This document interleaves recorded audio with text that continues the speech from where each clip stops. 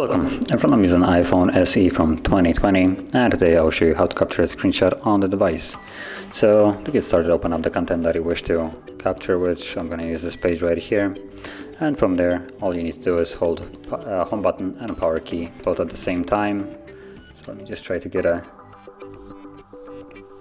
There we go. As you can see, it does a flash, and then you have the image right here. You can tap on it to edit it right here. Now resize it if you want to, or remove it, and then the image itself can be found. If you can actually leave this, there we go, in your photo gallery. So you have photos, and you can see I captured a couple before, but this is the last one that I have captured. So yeah, that is how you'd capture a screenshot on the device.